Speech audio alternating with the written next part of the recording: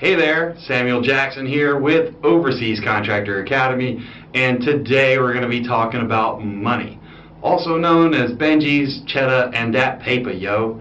We'll be covering money in the Middle East today on a very special episode of Who's the Boss, and we're going to be flossing our cash like ballas, son. Stay tuned.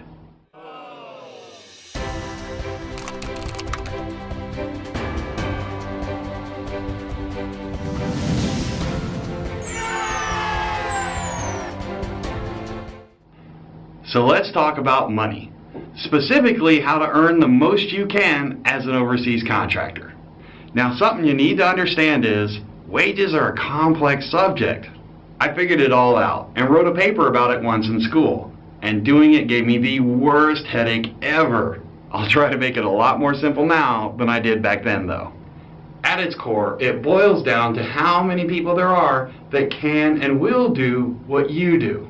So the reason why LeBron James makes so much more than a teacher, despite how unfair that might seem from the outside, is because there's a lot of people that can be decent teachers out there. But there's only one person on the planet that can play like LeBron James. Likewise, when there's a shortage of people available to work in a certain career field, the pay starts going up. Basic law of supply and demand. America is actually experiencing this right now in the skilled trades. Because everyone's been convinced to go to college, there's just not enough people out there learning to be electricians or carpenters or plumbers. So it's not uncommon now for those jobs to pay very high salaries. There's just not enough of them. Another factor is the working conditions. Typically, the more dangerous or difficult a job is, the more it pays. Now, it doesn't always work like that, but it's often a factor. This is why being an actual police or corrections officer pays more than being a security guard at an old folks' home. So contractor jobs in the Middle East pay the most. Why? Because it's often the most difficult and dangerous place to work. There's just not a long line of people that are dreaming about going to work someplace like Baghdad or Kabul, as opposed to places like Honolulu or Rome or even Tokyo. Because there's a lot less people willing to go play in the big sandbox, it means a lot more money for the people that are willing to go over there and work. Therefore, how much money you make is going to depend on your career field, your qualification level within your career field, and on the location that you're working at. So that's the income side of the equation. But that's not the only thing to consider. As it says in the Bible, it's not only about how much you earn, it's also about how much you can save. That's in like Exodus or Leviticus or Spartacus, or one of the older books. Anyway, this is where being in the Middle East really pays off, on the expenses side of the equation.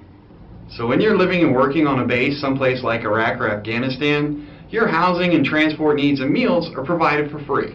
So you basically have zero expenses. Whereas if you're working somewhere nice like California or Germany or some beautiful island in the Pacific, guess who's going to be paying for your rent? You are. Guess who will be buying a car and paying for the gas to get back and forth to work? You will.